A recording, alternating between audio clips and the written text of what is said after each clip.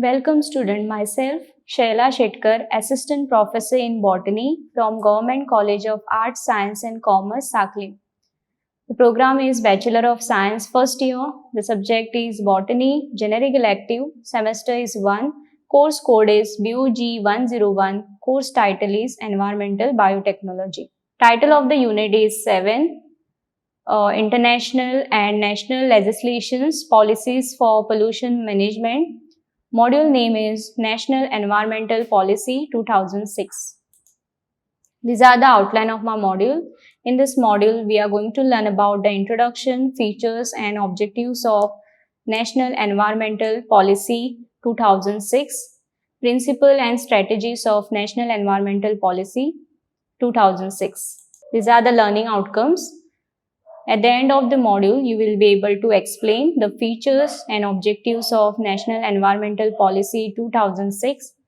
Also, you will be able to discuss the principles and strategies of National Environmental Policy 2006. The National Environmental Policy was formulated in 2006 by Government of India, Ministry of Environment and Forest.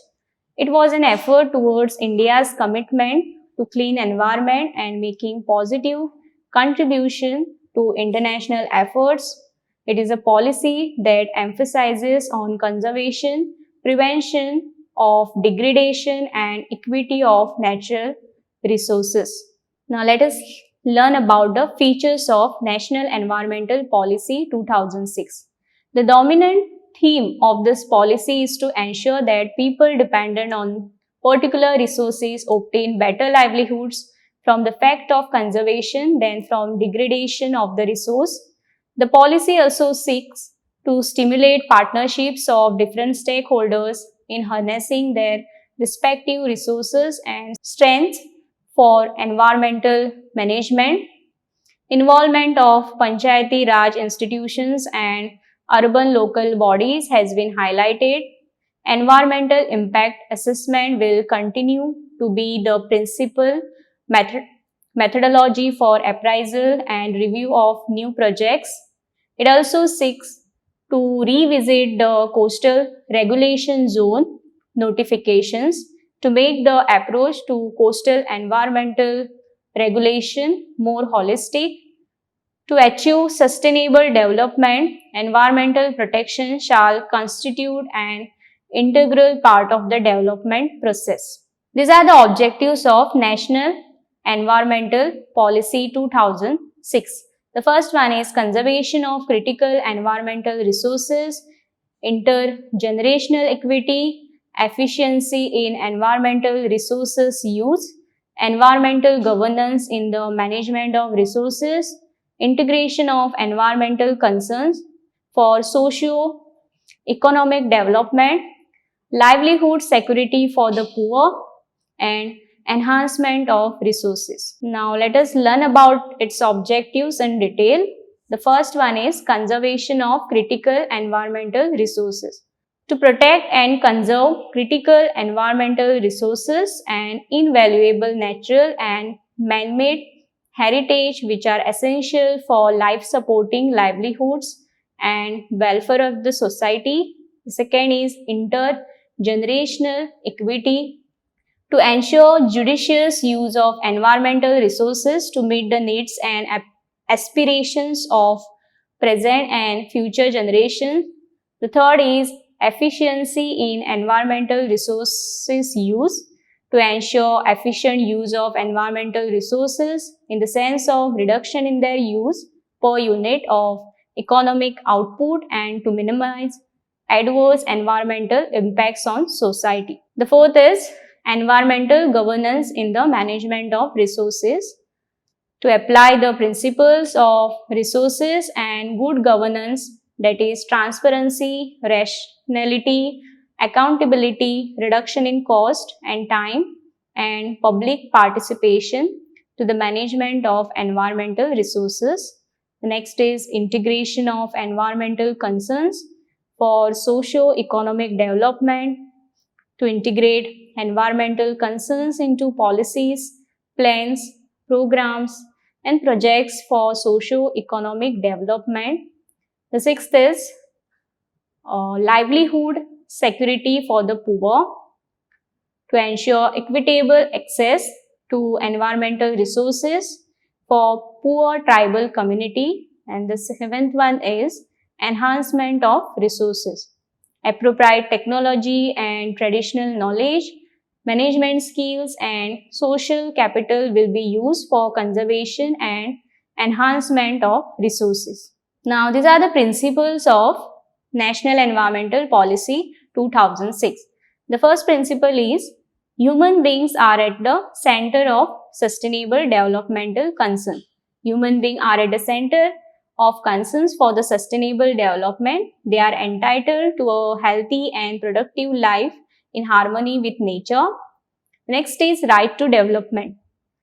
It must be fulfilled so as to equitably meet developmental and environmental needs of present and future generations. The third is environmental protection is an integral part of the developmental process. In order to achieve sustainable development, environmental protection shall constitute an integral part of the developmental process and cannot be considered in isolation from it. The fourth is precautionary approach. Where there are credible threats of serious or irreversible damage to key environmental resources, lack of full scientific certainty shall not be used as a reason for postponing cost-effective measures to prevent environmental degradation.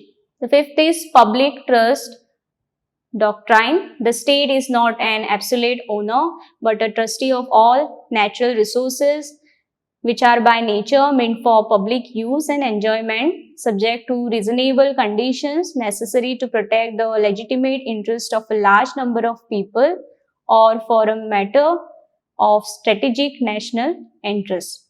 The last one is the preventive action.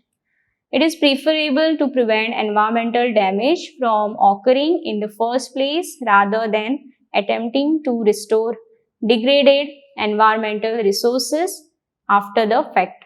Now, these are the strategies of National Environmental Policy 2006 for conservation of environmental resources. The first one is land degradation.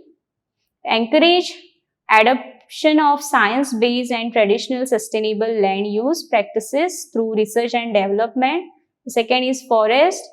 Formulating an appropriate methodology for restoring the environmental values of forest, which are unavoidably diverted to other users, giving legal recognitions of the traditional rights of forest-dwelling tribes. Third is wildlife, expanding the protected area network of the country, encouraging ecotourism at wildlife sites, implementing measures for captive breeding and release into the wild identified endangered species. The fourth is the biodiversity. It strengthens the protection of biodiversity hotspots. Pay attention to the potential impacts of developmental projects on biodiversity, resources and natural heritage. The next is wetlands. To set up legally enforceable regulatory mechanisms for identified valuable wetlands to prevent their degradation and enhance their conservation. To formulate and implement sustainable tourism strategies for identified wetlands through multi-stakeholder partnership involving public agencies and local communities. The sixth one is environmentally sensitive zones. Identify and give legal status to environmentally sensitive zones. Formulate area development plans for this zone on a scientific basis with adequate participation by the local communities. These are the references of my module. Thank you.